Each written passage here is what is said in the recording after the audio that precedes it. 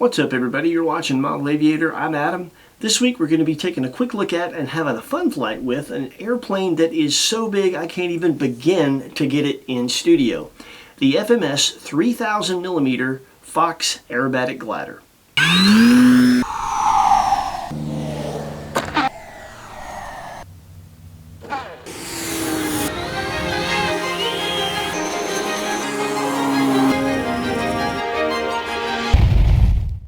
To give a bit more perspective on just how big 3000 millimeters is, that's 118 inches or 9.8 feet. You saw the picture with Heidi. Heidi's 5'2". This is my buddy Dustin. He's a 6-footer. This airplane is very big. It is definitely not a park flyer. This requires a full-fledged flying field to be operated safely. It is sold by FMS as a plug-and-play. It does not include the reflex gyro. And it's a standard 5-channel motor glider. You have rudder, elevator, aileron, flap, and of course throttle. When it's time to land, the Fox has a main wheel, a tail wheel, and wheels on the end of each wingtip to keep you from scraping those up. It is a convenient top loader. What a hatch, right? It has a rather cavernous battery bay. You could put pretty much anything in there that you want. The recommended pack is a 6S 5000.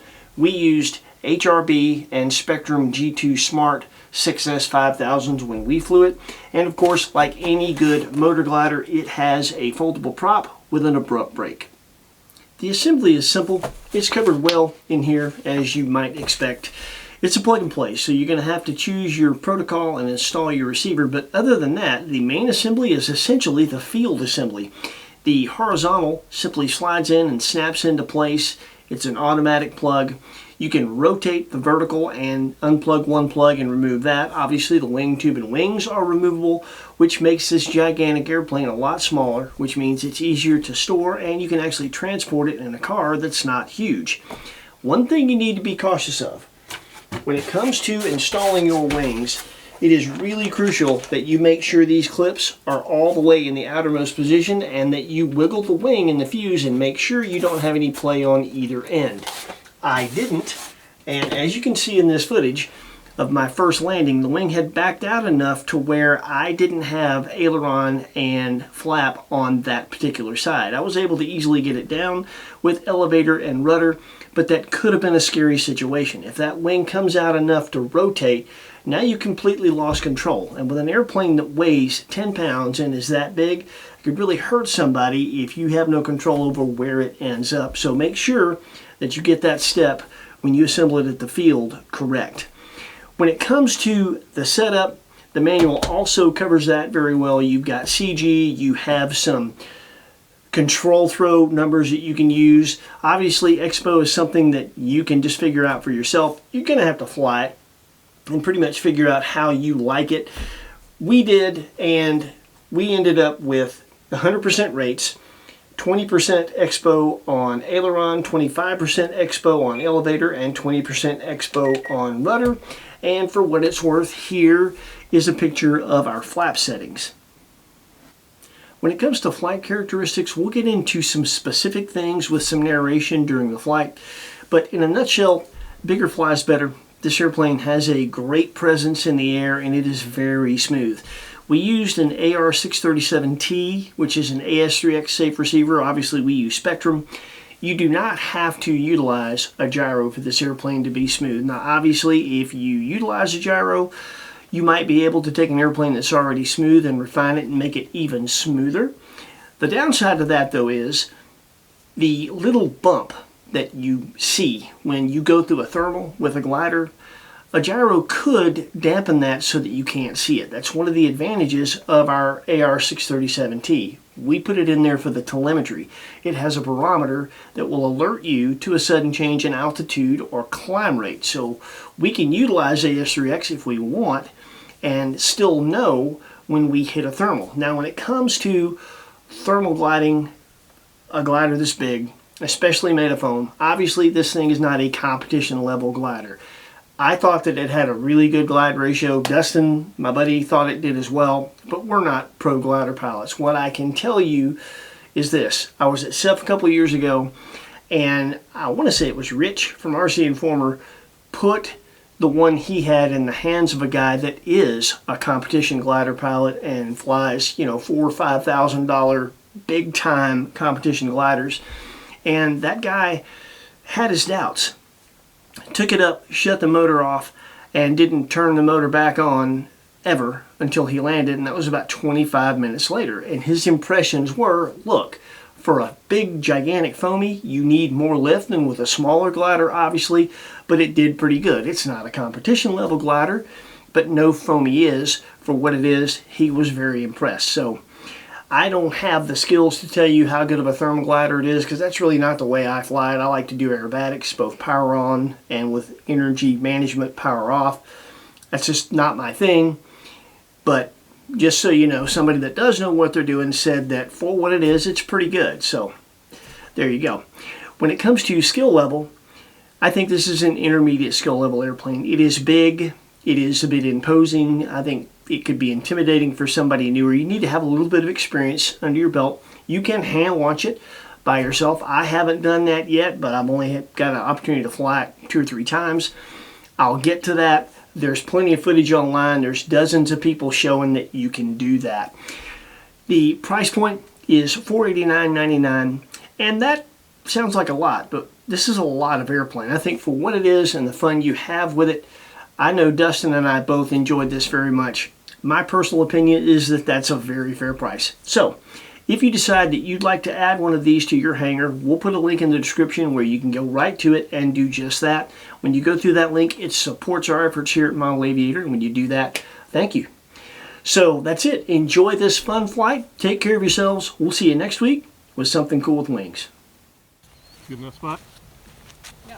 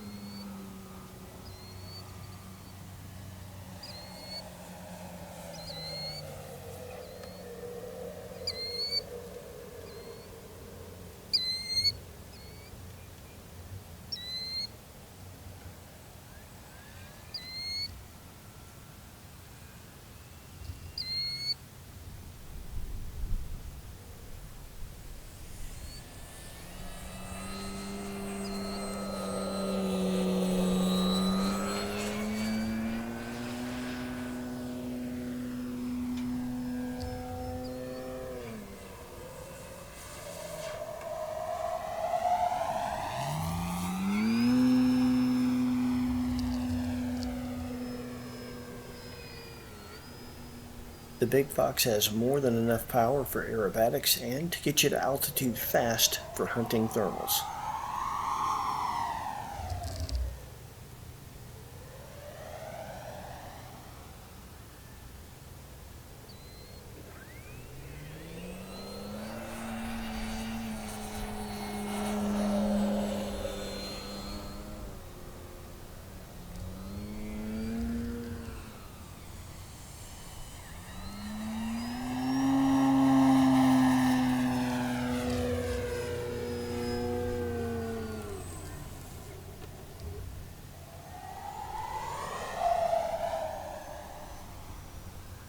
It handled the 7.5 G pull at the bottom of that square loop, and the airframe is stiff enough to handle slope soaring if you're so inclined.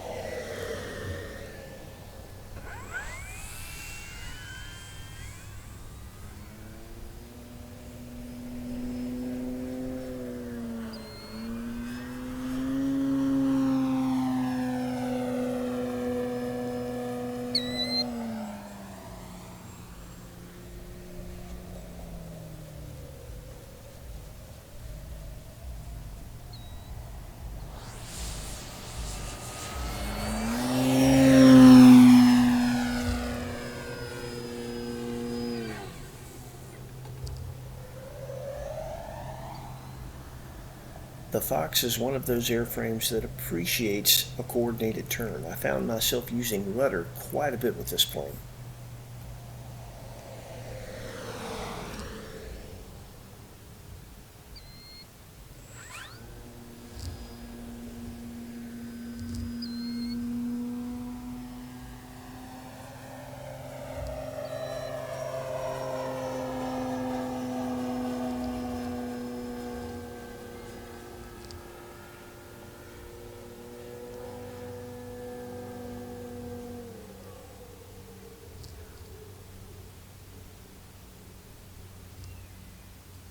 As one might expect with a really large-scale model, it's very smooth, very crisp.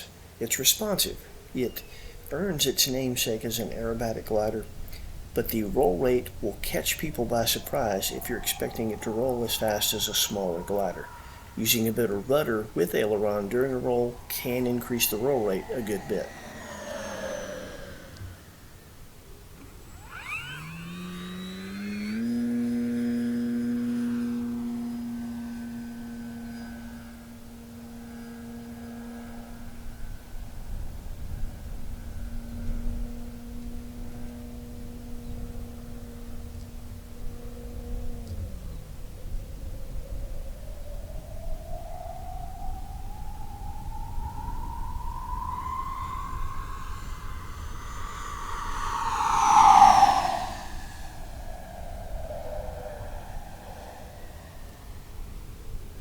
That, in and of itself, is worth the price of admission. The howling whoosh sound you get when a glider this size goes by is like nothing else you've ever heard.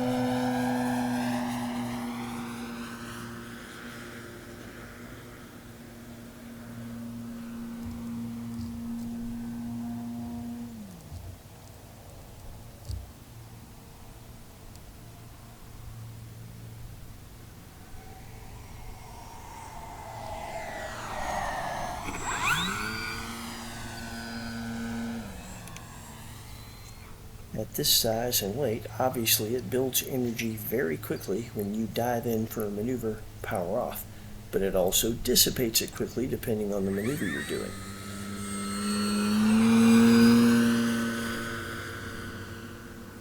It's one of those power gliders that makes you aware that you got to keep up with energy management when you're doing power off maneuvers. The upside is, if you get it wrong, it is a power glider. Just throttle up, fly out of it, and give it another go.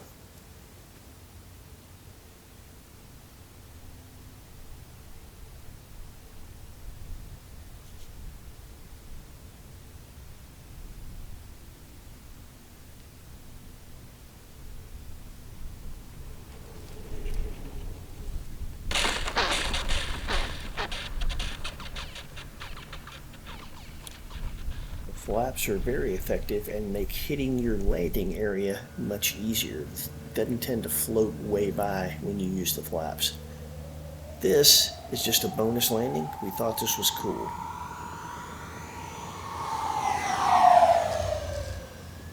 Dive in, quick aileron roll. Had to kick a little bit of rudder to help it get on around, and then bring her in. This is one heck of a fun glider. It is epically huge. Hope you enjoyed it. Take care of yourselves. We'll see you next week.